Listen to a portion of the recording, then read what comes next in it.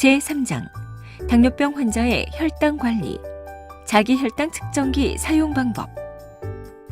당뇨병 관리에서 가장 기본적이고 중요한 것은 적절한 혈당 관리를 할 수 있습니다. 혈당 관리가 제대로 이루어지려면 식사요법, 규칙적인 운동, 적절한 약물 치료의 3박자가 잘 맞아야 합니다. 그리고 또 하나, 자신의 혈당을 주기적으로 점검하는 자기 혈당 측정 습관이 중요합니다.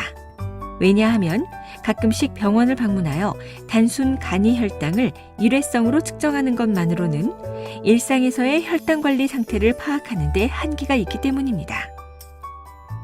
자기 혈당 측정은 본인의 혈당 상태를 즉각적으로 파악할 수 있으며 혈당을 꾸준히 관리할 수 있도록 도와주는 기본적이고 실용적인 검사법입니다. 검사 결과의 차이. 자기 혈당기로 측정한 혈당은 검사 방법에 따른 차이로 인해 병원에서 검사한 혈당과는 어느 정도 차이가 날 수 있습니다. 병원에서 시행하는 혈당 검사는 정맥혈을 채취하여 혈구 성분을 가라앉힌 다음 혈액의 액체 성분에 해당하는 혈장 속에 포함된 포도당을 측정합니다. 이에 비해 집에서 측정하는 자기 혈당 검사는 모세혈관 혈액을 이용하기 때문에 체열 과정에서 모세혈관 주위에 조직액이 섞이면서 10에서 15% 정도 포도당 농도가 낮게 나올 수 있습니다.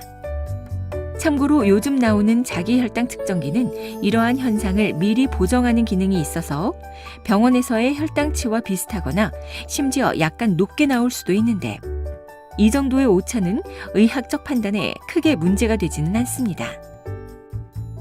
하지만 병원 검사 결과와 플러스 마이너스 10에서 15% 이상 차이가 나는 경우에는 혈액을 채취하는 방법이 잘못되었거나 기계 혹은 소모품에 이상이 있는 것은 아닌지 살펴보아야 합니다. 올바른 자기 혈당 측정법.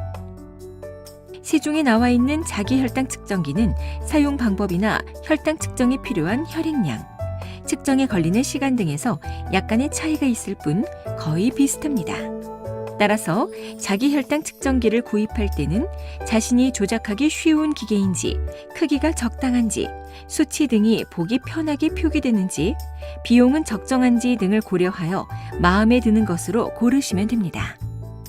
자기 혈당을 측정할 때에는 먼저 측정기의 바늘로 손가락 끝을 찔러 피를 조금 냅니다. 그리고 검사용 시험지에 소량의 혈액을 묻히면 기계가 혈액 속의 포도당을 감지하여 혈당을 표시해줍니다. 하지만 기계마다 방법이 조금씩 다를 수 있으므로 정확한 방법은 각 기계의 사용 설명서를 참조하십시오. 보다 정확한 검사를 위해서는 다음의 사항들을 지키는 것이 좋습니다.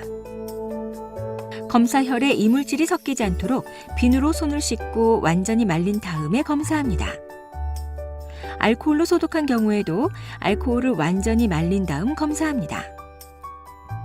시험지에 습기와 직사광선이 오래 닿으면 측정 결과가 부정확해질 수 있습니다.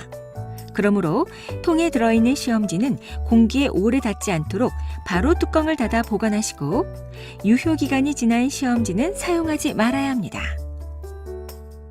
체열할 때 혈액이 잘 나오지 않는다고 손가락 끝을 짜거나 자극을 주면 검사의 정확도를 떨어뜨릴 수 있습니다. 감염을 예방하기 위해 한 번 사용한 체열침은 버리시고 여러 번 사용하거나 다른 사람과 함께 쓰지 않습니다. 참고로 체열침을 여러 번 사용하면 침 끝이 마모되어 체열할 때 통증이 더 심해지기도 합니다. 체열 시 통증을 줄이는 방법.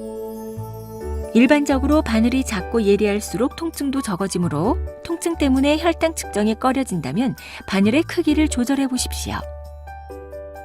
체열침은 찌르는 깊이를 조절할 수 있으므로 여러 단계를 시험해 보아서 가장 덜 아프다고 생각되는 단계를 선택하십시오. 일반적으로 손가락 끝의 중간 부위보다는 가장자리를 찌르는 것이 덜 아픕니다. 검사 시기와 횟수. 혈당 검사는 주로 식전, 식후 2시간, 그리고 취침 전에 하는 것이 일반적이지만 언제든 혈당 수치가 궁금할 때는 추가로 측정할 수 있습니다. 검사 횟수와 시간은 혈당 조절 정도나 약물요법 또는 인슐린 주사 사용 유무, 저혈당 위험도, 특수 상황 등에 따라 달라질 수 있으므로 혈당 검사를 언제, 얼마나 자주 해야 하는지는 의료진과 상의하는 것이 좋습니다.